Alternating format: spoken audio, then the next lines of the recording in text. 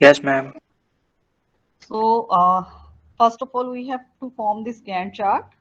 After making this chart, we have to find out the waiting time for each and every process in the system. So first of all, we can see the waiting time for P1 is 0, right? As immediately CPU will start executing P1, right?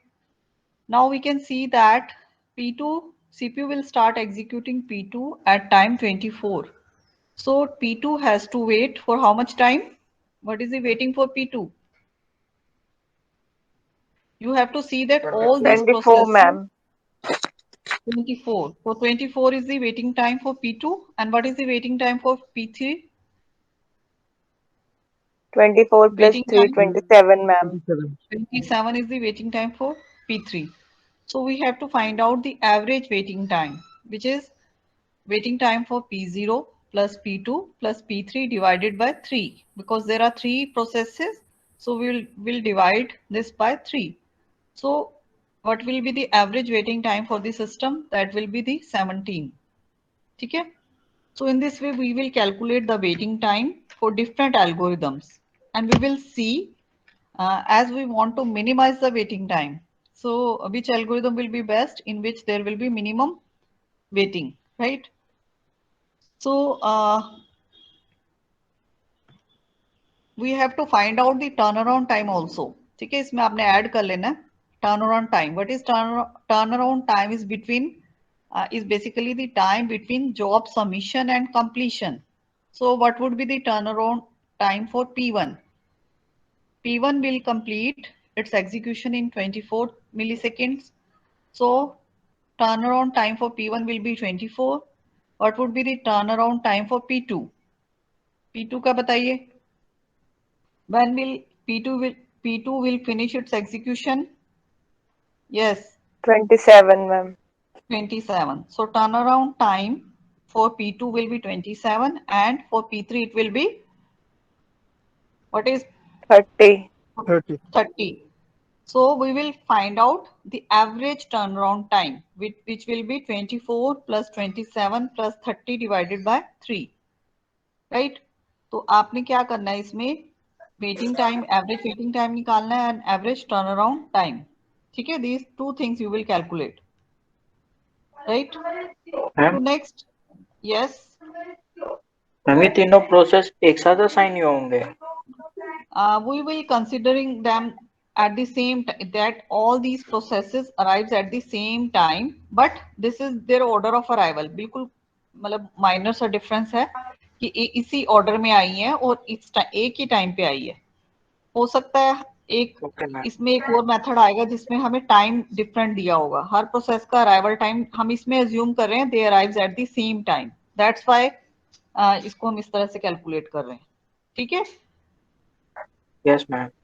तो एक और numerical इसमें आ सकते हैं जिसमें arrival time given होगा उसमें सबका अराइवल टाइम डिफरेंट होगा तो उसमें से वो हम माइनस कर देंगे arrival time turn around time क्या हो जाएगा कितना उसको कंप्लीशन टाइम है माइनस देयर अराइवल टाइम ठीक है जैसे सपोज ये 0 पे आई थी तो इसका तो सेम रहेगा और ये 5 पे आई है ठीक है P2 arrives eight 5 so what would be the turn around time for P2 बताइए 22.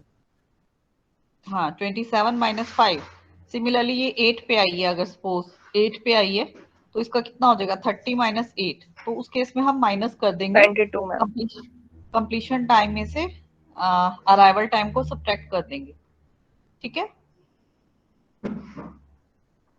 तो क्लियर हुआ ये वाला एग्जांपल जी मैम.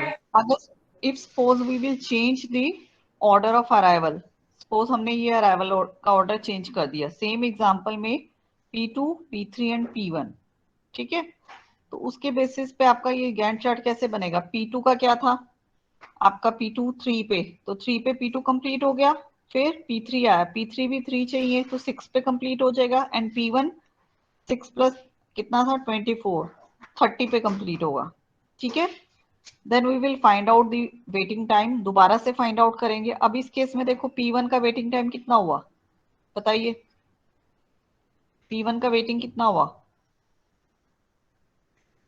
6. बोलिए 6 because CPU will be allocated to P1 at 6.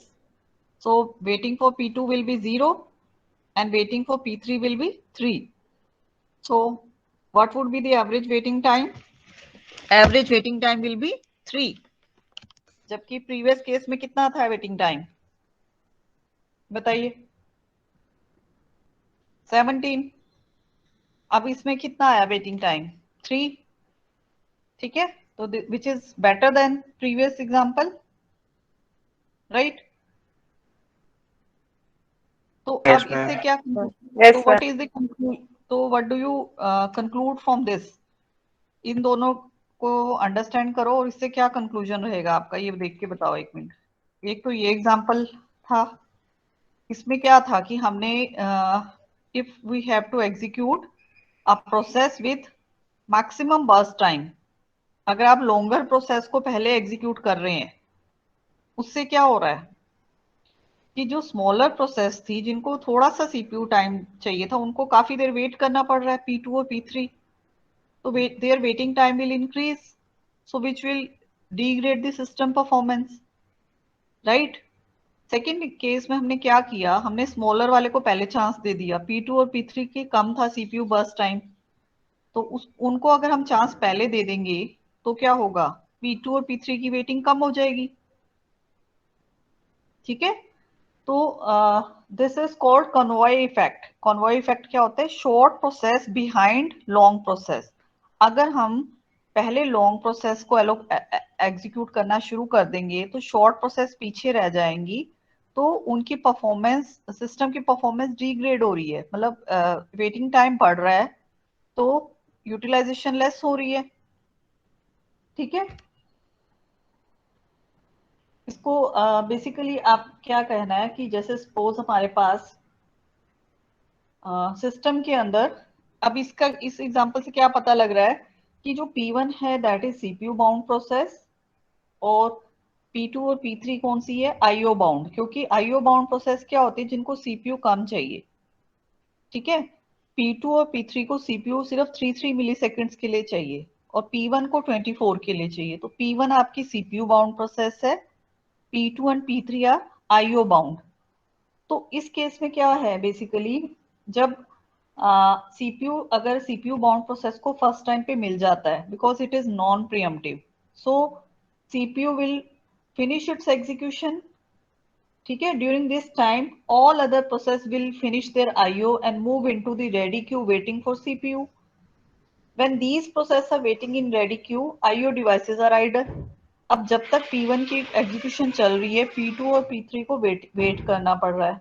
ठीक है, उससे क्या हो रहा है कि रिसोर्सेज आपके यूटिलाइज नहीं हो रहे प्रॉपर वे में. ठीक है, तो जब आपके पास इस टाइप की कोई situation, this is called convoy effect. Convoy effect means जब आपका एक बिग प्रोसेस लॉन्ग प्रोसेस के लिए शॉर्टर प्रोसेस को वेट करना पड़ रहा है इनडेफिनेटली, तो उसको अवॉइड करना अपने सिस्टम के अंदर. ठीक है, वो अवॉइड कैसे होगा कि शॉर्टर प्रोसेस को चांस पहले मिल जाए then the longer process, so that waiting time will be reduced. तो समझ आया इसका, बिकॉज अगर कन्वॉय इफेक्ट रहेगा उससे आपकी सीपीयू की यूटिलाइजेशन लेस हो जाएगी, उससे सिस्टम की परफॉर्मेंस स्लो हो जाएगी. समझ आया आपको ये एग्जांपल? Yes, ma'am. ठीक है, तो इसमें आपने एक्सप्लेन करना है फर्स्ट ऑफ ऑल एल्गोरिदम होता क्या, व्हाट इज एफसीएफएस, डेफिनेशन देनी है. एफसीएफएस में आपने बताना है कि कन्वॉय इफेक्ट क्या होता है,